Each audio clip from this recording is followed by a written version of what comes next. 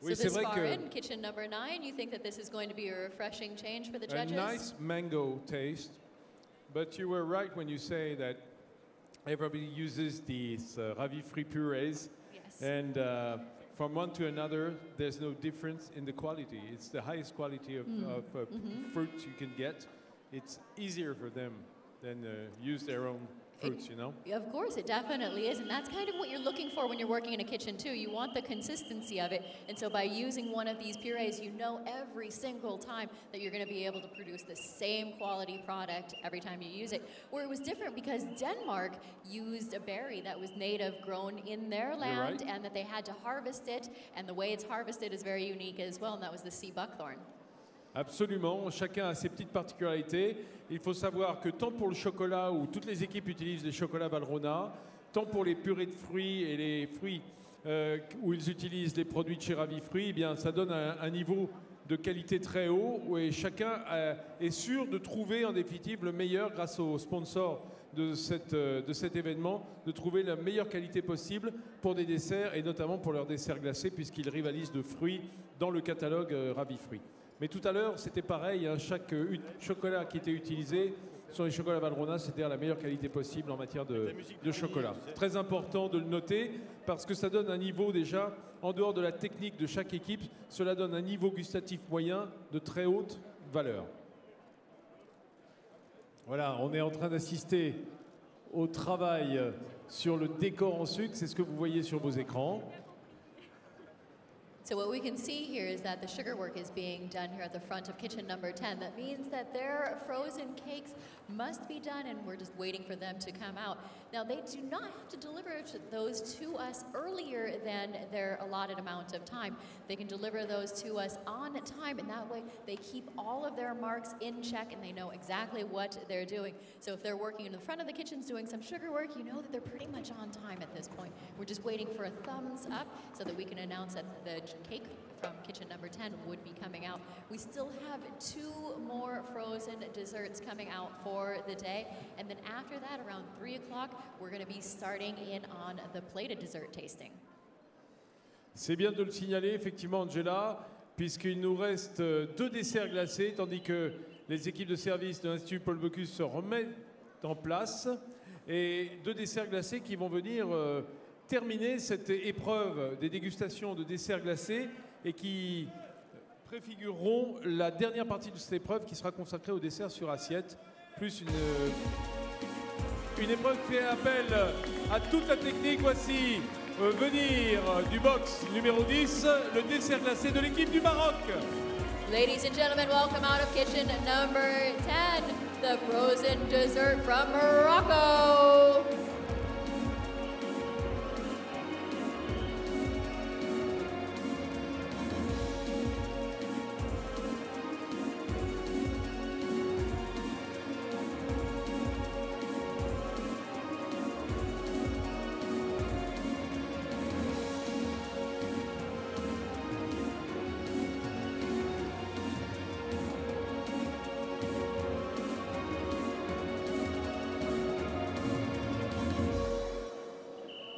Voilà ce dessert marocain avec ce glaçage mat de toute beauté.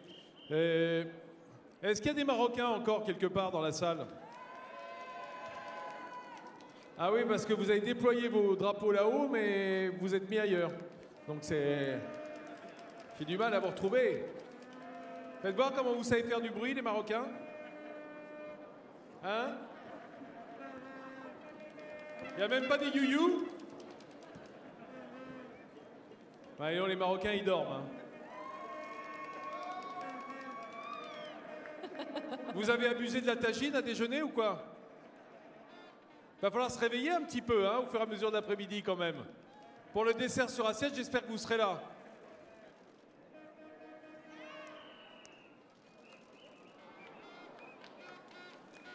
Ah, Claire, bouge pas. Ah ouais, magnifique. On en mangerait. So what we're looking at here from Morocco for their frozen dessert is crostillon with chocolate and frozen mousse with banana and fruit coulis with strawberries, a strawberry sorbet, and a cream glaze with mango and passion fruit.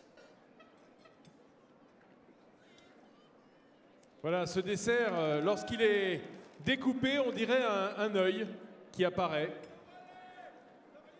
Un œil à l'intérieur du sorbet. Eh bien, ce dessert, il est composé d'un croustillant au chocolat et Jean Dujat, une mousse glacée à la banane, un coulis de fraises, un sorbet fraise du pays, important, des fraises du Maroc, et une crème glacée mangue et passion. Donc un dessert glacé aux fruits pour le dessert de l'équipe du Maroc. So it's very interesting. I don't know if you guys can see on the big screens the interesting texture of this cake. It looks like it's soft and fuzzy. It looks like velvet. If you were just to judge it looking at it visually from the exterior of it, you would never know that it was a frozen dessert because it has such a velveteen coating on the top of it. Voilà, ce dessert marocain à la découpe.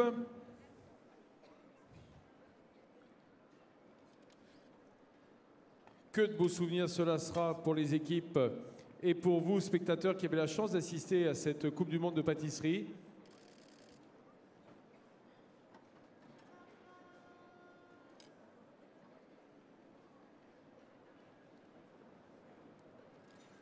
Voilà ce dessert marocain qui est maintenant emporté dans la coulisse.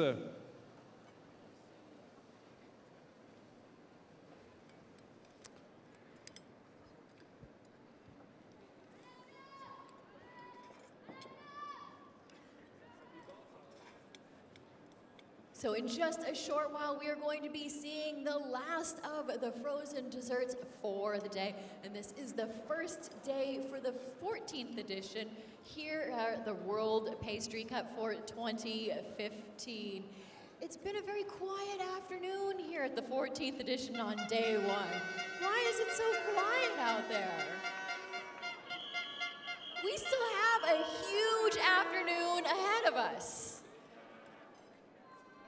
Okay, I think we need to have a little bit more of the competitive spirit happening here. Do we still have time on the clock? Okay, before we see the frozen dessert coming out of the last kitchen, I think we need to divide between the left and the right. And let's see which side is gonna make more noise. So everybody on this side, from kitchen number 6 over, let me hear you make some noise.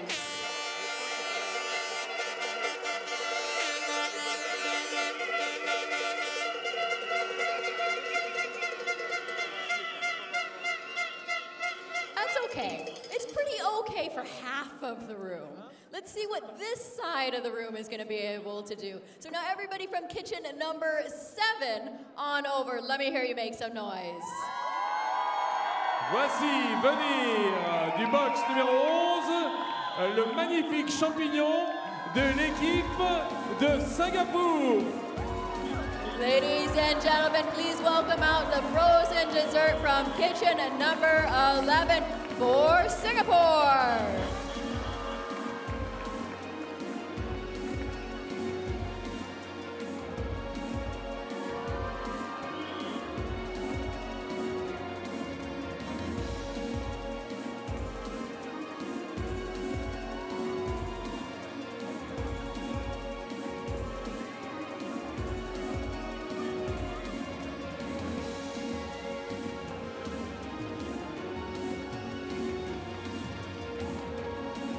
Magnifique.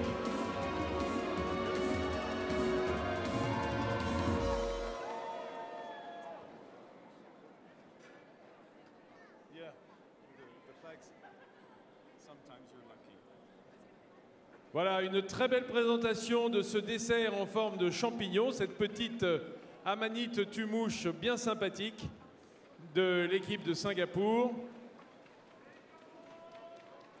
So it's very adorable. So the small mushroom, the name of their frozen dessert is Voilà, the red ce mushroom. très beau dessert glacé.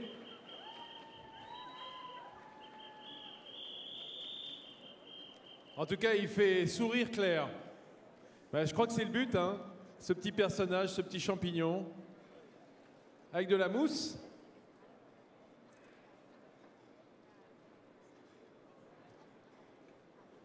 So what we're looking at here is an exotic sorbet, a lemongrass ice cream, meringue, a coconut crumble, coconut ice cream, and a raspberry coulis together with a lime foam.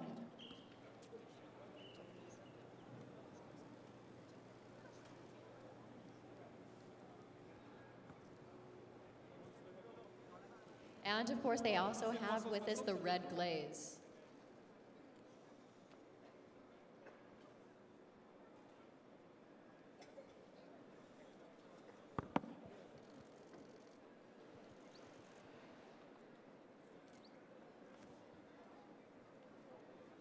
So this is the last frozen dessert that we're seeing for the day, for day 1, coming out of kitchen number 11 for Team Singapore.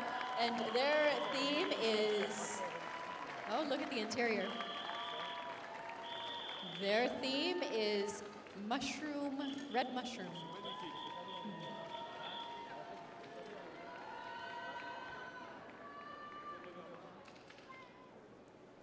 So as we were saying earlier, that it's very interesting once you see a cake that's been cut in through the center like that, and you can see all of the layers, and if the teams have had any struggles and challenges with getting their layers perfect like that. And it looks like Team Singapore is doing a good job. They should be very proud of themselves so far.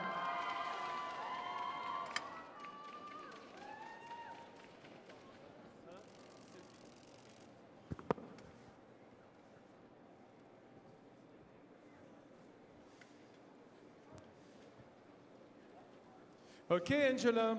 Alors, ce dessert de l'équipe de Singapour, c'est un mushroom rouge. I know, exactly. Le champignon In English, it's rouge, still mushroom rouge. avec un sorbet exotique, une glace à la citronnelle, une petite meringue, un crumble de noix de coco, une glace à la noix de coco et un coulis de framboise.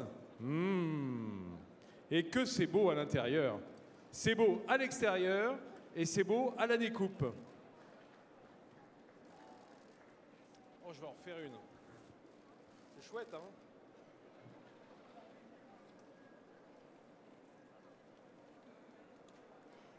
So the judges still need to have this cake served to them, and that is the final for the frozen dessert. But we, of course, still have the plated desserts that are coming up at 3 o'clock, and those are going to start all over, coming from kitchen number 1, and we're going to have the full jury members out here at that point of time. I don't know if we finished that challenge, and there are people that are getting out of their seats yet. So it seemed like the left half of the room, or my left half of the room, everyone from kitchen number 7 over made more noise than everyone in the earlier kitchens, which is very interesting because everybody on the other side of the room had all of the horns. So everybody over on this side, just using their voices, they made more noise. Just.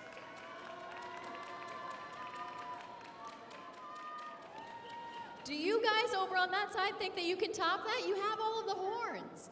You have the bells. Everybody on this side. But over on this side, it's just pure voice power.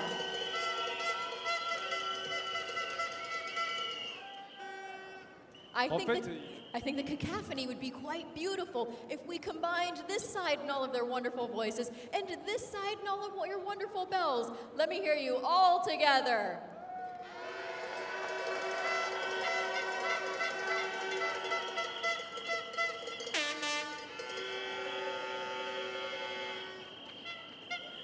I think it's the side that uses their voices. They take a break when everybody's using the bells because they know that they're going to go hoarse. It's still early in the afternoon. Moi, je vais vous dire un truc. Ils sont pas nourris, ces gens-là. J'ai l'impression qu'ils sont apathiques, ils vont pas bien, ils sont pas heureux d'être là. Hein, c'est ça, vous n'êtes pas content d'être là? Hein, c'est ça, parce qu'ils voudraient goûter. C'est ça. Mais l'imagination, c'est très beau. L'imagination, il faut porter l'imagination au pouvoir. lorsqu'on voit les beaux gâteaux sur les écrans, vous devez en avoir le goût dans la tête. C'est comme un musicien qui lirait une partition. Il entend la musique dans la tête. Et bien quand on regarde d'aussi beaux gâteaux, vous avez le goût dans la tête. N'est-ce pas? But that's also why we give all of the information about the recipes and the menus so that you can imagine what it was like. Exactement. Like reading music, you hear it. When you look at the cake like this and hear the ingredients, And you can read the cake. you can feel the It's taste. a beautiful Read idea, a the beautiful cake. concept. Read my cake. Ah, je vois Pascal Molinès, le président du comité, qui est... Voilà, il arrive sur un train de sénateur. Pascal, viens là s'il te plaît. Tiens, n'en va pas. Alors, Pascal, ça se passe bien jusque-là? Est-ce qu'on tient les délais? Alors, on est dans les temps. Là, les dégustations des entremets glacés sont finies. On va amener tout le jury, là, un moment un peu délicat pour nous. On va amener tout le jury, on va traverser le village. Ils vont aller noter les pièces de présentation qui sont à l'extérieur. On parle des pièces de présentation sur glace, hein, des sculptures sur glace. Oui, tout à fait. Ce qu'on a vu ce matin, ce qui était sculpté, ça a été mis dans des vitrines réfrigérées et le jury va aller les noter. Ça va servir de support d'entremets. Et ensuite, elles doivent revenir? Non, les pièces glacées resteront là-bas pendant tout le salon. Mais par contre, le jury doit revenir parce qu'après, on passera au dessert à l'assiette. Et voilà, le dessert à l'assiette. Et ensuite, les tables de présentation avec les pièces en sucre et en chocolat. Voilà, alors entre-temps, les buffets vont commencer à se dresser. Nous, on va dresser les tables. Et les candidats, à partir de 15h, peuvent commencer à installer leur buffet. Et là, on va commencer à voir le travail de toute la journée.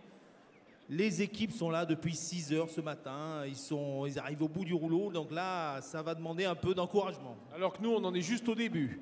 Tout à fait. Voilà, merci Pascal. Voilà, dans une minute, vous allez le comprendre. Après la remise des notes de ce jury, le jury va se déplacer dans l'espace qui est à côté, l'espace des chefs, pour aller voir les sculptures sur glace. Moi, je vous donne un petit conseil. Si vous voulez faire une petite escale technique, une petite pause récréative, c'est maintenant, avant le début de la dégustation des plats sur assiette. À mon avis, à quelle heure, Monsieur Molinès, à quelle heure ça démarre la dégustation des desserts sur assiette?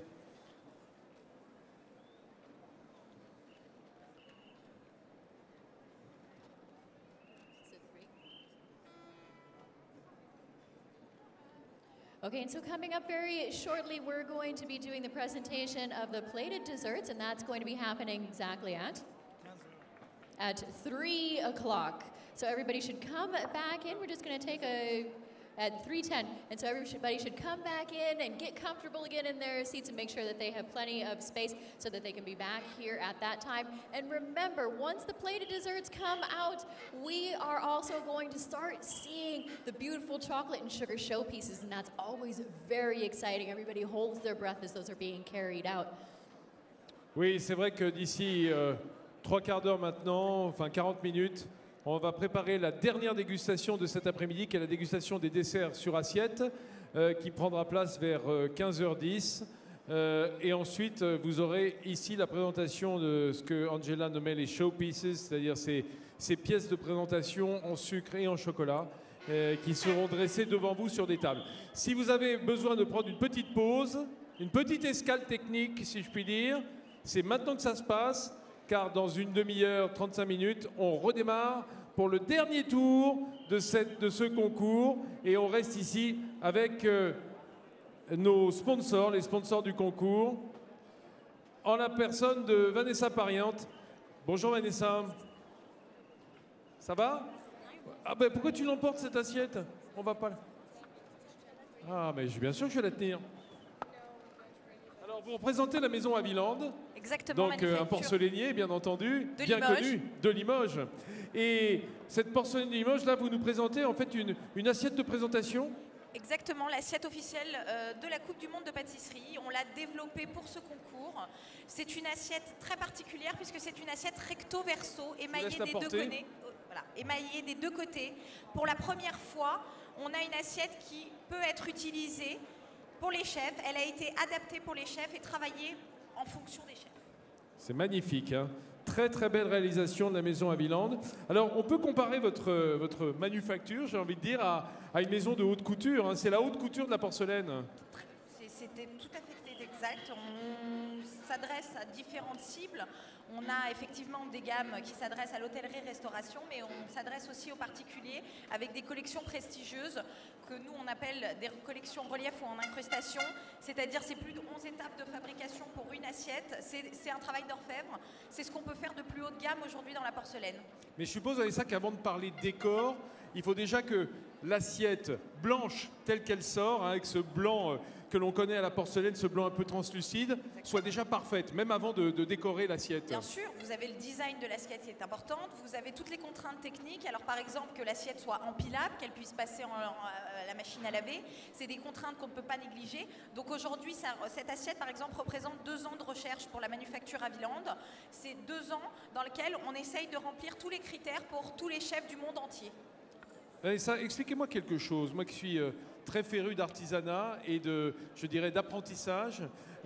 Quand on est un jeune et qu'on est à l'école, qu'on ne sait pas trop bien quoi faire, qu'on a des aptitudes pour l'artisanat d'art, comment est-ce qu'on en vient à travailler dans une manufacture comme à Villande? Comment est-ce que vous formez les jeunes? Alors, à travers des stages, ils viennent à la manufacture, ils vont tester différentes étapes de la fabrication. C'est plus de 10 ans de formation, donc évidemment, tout de suite, ils ne peuvent pas savoir réellement si c'est cette étape-là qui va leur plaire ou pas. Mais à nous de pouvoir leur transmettre ce savoir-faire-là, nous de pouvoir leur transmettre cet amour de la porcelaine et surtout le Made in France aussi, de pouvoir montrer au monde entier que la porcelaine de Limoges n'est pas n'importe quoi aujourd'hui, qu'on fait notre différence puisque c'est une porcelaine de qualité Made in France. Et je suppose que lorsqu'on a une manufacture comme la vôtre, on a un stock de moules, de modèles. C'est un peu votre trésor de guerre, ça. Bien sûr, bien sûr. Est-ce qu'il y a des entrepôts dans lesquels vous gardez toutes ces pièces? Tout est à la manufacture à Limoges et justement on réédite des anciennes collections pour les anniversaires ou autres. On retravaille des collections qui existaient il y a 100 ans et qu'on remet au goût du jour. D'accord. En dehors de cette assiette de présentation, hein, cette assiette haut de gamme, qu'est-ce que vous présentez comme nouveauté sur le salon? On a 4 nouvelles collections qu'on a travaillées ensemble avec les chefs, des nouvelles formes. On a repoussé les limites de la porcelaine aujourd'hui. Il faut que vous veniez nous voir sur nos stands, soit dans le village des chefs, soit dans l'espace du marché, pour venir voir ces collections qui répondent aujourd'hui à la demande des chefs, autant au niveau du design qu'au niveau du décor, que sur toutes les contraintes techniques. Alors on aime la porcelaine pour ses qualités mécaniques et de design. Est-ce que également ces qualités techniques sont mises à l'épreuve? Est-ce que par exemple la porcelaine, la vraie belle porcelaine, ça va au micro-ondes? Bien sûr. Alors après, il faut éviter le filet or ou bien le sûr, filet platine, bien sûr, comme le on métal. le sait, mais c'est bien ça fait partie des contraintes que nous devons respecter. Et il faut savoir que même sur les machines à laver, tous nos produits sont testés avec Sun, qui est un des produits les plus utilisés aujourd'hui. Donc avant de sortir et avant que ça soit commercialisé, c'est toujours testé. Merci beaucoup Vanessa, merci d'être présente sur la Coupe du Monde de pâtisserie avec nous, avec ces magnifiques assiettes et plats de présentation. Merci beaucoup et bon salon. Est-ce qu'on peut faire du frisbee?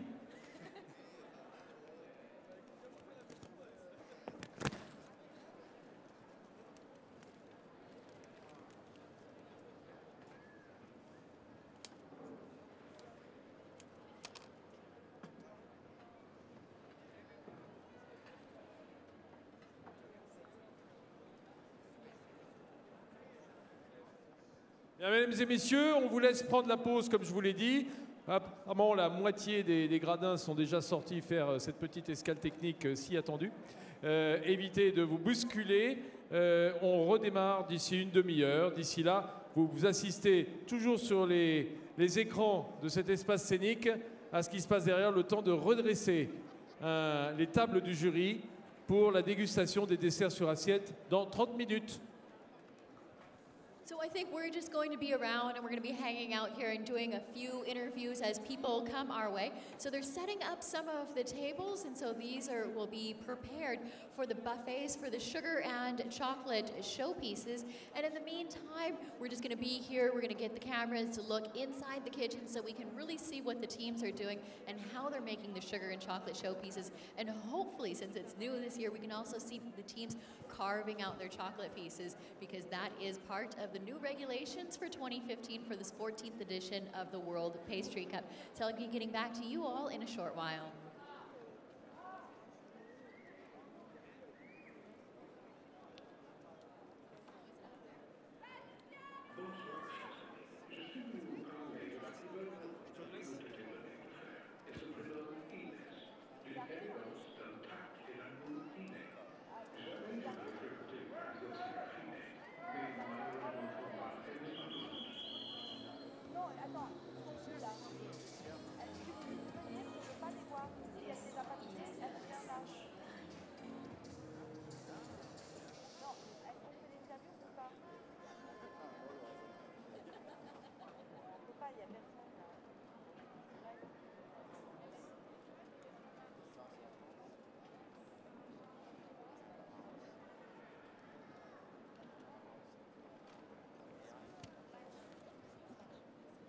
moche ce que tu fais là.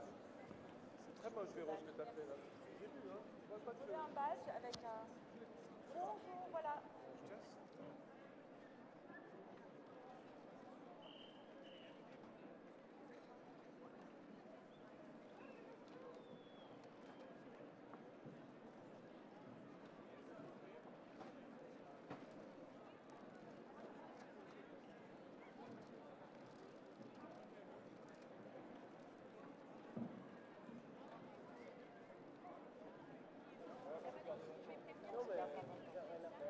C'est vrai? C'est pas vrai. C'est pas vrai. Ah, c'est vrai?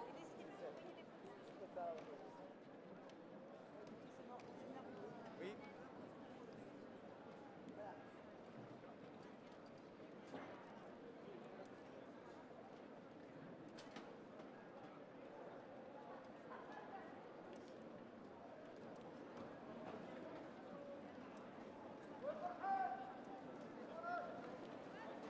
Bien, je suis sur l'espace civil de la Coupe du Monde pâtisserie. Pour ceux qui ont été avec nous le temps de cette pause, vous n'allez pas être déçus parce que j'ai avec moi Giuseppe Bravo, qui est un acteur majeur du monde de la glace, on peut dire, puisqu'il équipe bon nombre de ces messieurs, de ces professionnels. Aujourd'hui, notre Coupe du Monde de pâtisserie pour les machines à glace, les turbines.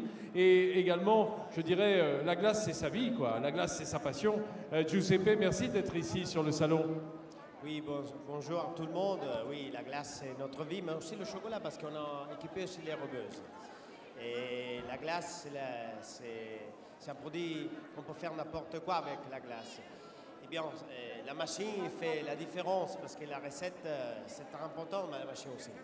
Oui, on le voit aujourd'hui, quand on est fournisseur du matériel sur un concours comme celui-là, il faut s'assurer que chacun des candidats a le même niveau de matériel, le même niveau technique, de faire en sorte que les équipes, et j'ai vu vos équipes qui tournent sur les box et qui sont là pour faire en sorte que tout marche bien, que tout soit parfait. La fiabilité du matériel, c'est super important sur un concours de cette tenue.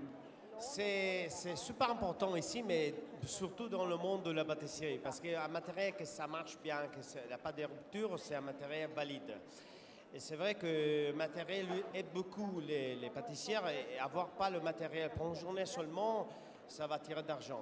Et la fiabilité de la machine, c'est la première chose qu'on doit attendre, nous, comme producteurs.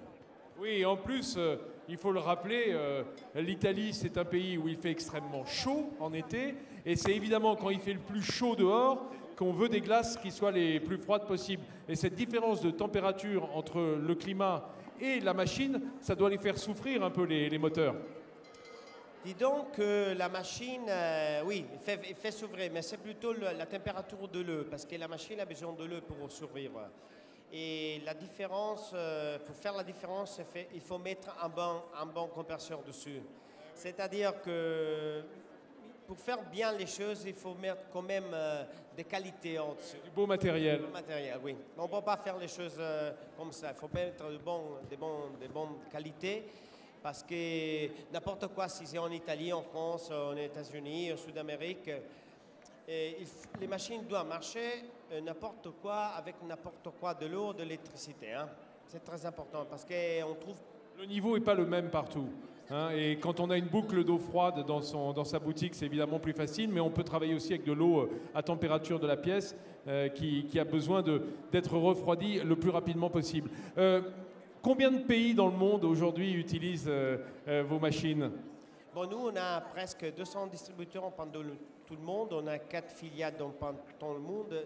Je dirais que tout le monde en est. Parce que le monde, il est petit. Il n'est pas très grand. Le monde, il est petit. Il a tous les mêmes besoins. Bon, un petit peu différentes, mais c'est peut-être la même chose. Arriver dans tout le monde entier, ça prend beaucoup d'années parce que c'est pas facile pour une petite maison comme Bravo, parce que c'est pas énorme, mais il faut être dans tout le monde parce que les personnes ont besoin d'augmenter la qualité. Tout le monde veut la même qualité qu'elle trouve des autres parts, c'est-à-dire qu'aujourd'hui je mange un éclair chez Adam à Paris, je veux le même éclair en Chine plutôt qu'aux États-Unis. La machine respecte ça. Et alors nous, on doit être partout dans le monde. Oui, ce qu'on retrouve sur ce matériel froid, c'est la même chose que sur les fours, c'est-à-dire une température très précise, un process extrêmement respecté, des fiches techniques qui soient respectées de manière à ce que le cahier des charges soit tout le temps respecté, comme vous le dites, pour trouver exactement le même goût, qu'on soit ici, à Singapour ou à Bogota. Il faut que la glace ait les mêmes températures de refroidissement, le même foisonnement, et donc c'est très important que les machines fonctionnent avec différents éléments, mais de la même façon. Pour autant, quelles sont aujourd'hui les nations, parce que je sais qu'en France, on ne mange pas beaucoup de glace en hiver. Hein, alors que les pays anglo-saxons mangent beaucoup de glace toute l'année. Est-ce que ça change ça? Est-ce que le marché de la glace est en train d'évoluer? Alors, la France mange beaucoup de glace asseyée. L'Italie mange beaucoup de glace debout avec un cornet. Hein. Ça change la façon de manger la glace. Mais pendant tout le monde, il mange beaucoup de glace. Et aujourd'hui, plus qu'hier. Parce que la glace, ça commence à être quelque chose de vraiment très connu dans tout le monde. Et dis donc, c'est la façon à manger la glace. C'est-à-dire que nous, on est les Italiens, dans un entremets glacé, on ne mange pas beaucoup. On mange le cornet. Mais en France, on mange l'entremets glacé. Les États-Unis, le mix. Mais quand même, on mange beaucoup de glace dans tout le monde entier. Ouais, tout le monde aime la glace. Tout le monde aime cette sensation de froid. Comme on aime boire froid du soda, on aime manger des glaces qui sont froides. Cette sensation de froid, c'est très important. Et c'est tout la texture qui en résulte. Hein, parce qu'une crème, c'est bon, mais une crème glacée, ça va apporter un petit supplément d'âme. La texture, c'est très important. Et ça, c'est la différence entre les machines. C'est-à-dire, si vous mangez un glaçon fait avec de l'eau et de citron, vous sentez le froid. Si vous mangez un granita de citron, vous goûtez le savoir de citron. C'est exactement ça. La quantité de cristal et la façon qu'ils sont très petits que vous donne la qualité de la glace. Et là, la machine fait la différence. Parce qu'on oublie trop souvent la texture. Hein, le goût, c'est important, certes, l'arôme, mais la texture, pour la glace notamment, ça fait presque la moitié du travail. Hein. Si, la texture, c'est la moitié du travail parce que si nous, on mange une glace qui a des glaçons très grandes, on oublie le savoir. Et alors, on a mis n'importe quoi dedans. On a payé beaucoup pour les produits, mais en final, la qualité n'est pas bonne par le glaçon. Si le glaçon, il est fin comme la neige, alors la recette, les grands produits et la neige dedans, ça résulte fantastique parce qu'un crème glacée, de chocolat ou de vanille, il est comme un crème pâtissier, mais seulement pas plus froid. Et la texture, tout ça, doit être pareil dans la bouche. On ne doit pas sentir le froid, mais on ne doit pas sentir le gras. On doit être vraiment l'équilibré. Voilà, l'équilibre dans les glaces grâce à un matériel comme celui de Bravo qui équipe évidemment toutes nos équipes. Vous avez vu ce qui s'est fait dans les desserts glacés? C'était beau? Oui, c'est très très bon. Hein. C'est très très beau. Voilà. Est-ce que vous prenez des idées, vous, quand vous voyez un concours comme la Coupe du Monde? Oui, parce que quand on voit certains niveaux qu'on arrive, nous on doit arriver, on doit suivre, on ne peut pas rester en bas. Et quand on voit ce niveau-là, il faut vraiment retourner à la maison, penser nouvelles machines, nouvelles choses pour arriver à ça. Eh ben, je vous laisse travailler. Merci d'être avec nous et merci d'équiper la Coupe du Monde de pâtisserie de Giuseppe Bravo. Alors on peut applaudir Monsieur Bravo avec son amour de la crème glacée et du chocolat. Merci Giuseppe. Voilà, un acteur majeur de l'équipement de ce concours de la Coupe du Monde de pâtisserie. Pendant ce temps-là, derrière moi, eh bien, les tables sont dressées pour la dernière dégustation du dessert sur assiette qui va se faire avec l'ensemble du jury qui jusque-là avait été scindé en deux pour les deux différentes dégustations qui avaient pris place depuis ce matin, à savoir tout d'abord l'entremets chocolat, puis l'entremets glacé. Bien, pour le dessert sur assiette, tous les membres du jury, tous les présidents des délégations seront présents sur cet espace scénique. Autrement dit, regardez le travail qu'ont à faire les élèves, les meilleurs élèves de l'Institut Paul Bocuse, là, qui sont en train de dresser les tables avec, je dirais, il faudrait pratiquement un compas, le compas dans l'œil. Je vois la jeune fille qui est au bout de la table, qui essaye de faire en sorte que ça soit droit comme une piste de décollage vers les sommets de l'art pâtissier. C'est ça qu'on leur souhaite. On se retrouve dans quelques minutes, d'ici environ un quart d'heure, 20 minutes, pour la suite des épreuves. À tout de suite.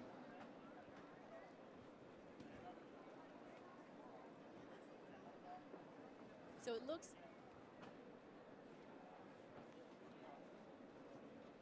looks like we're just setting up the tables now to present for the sugar and chocolate showpieces. So those are going to be coming out in a very short while, just setting up the jury table. And we're going to leave you all to go ahead and take a look into the kitchens for a couple of minutes, and we'll be back out to bring out all of the jury members in a very short while.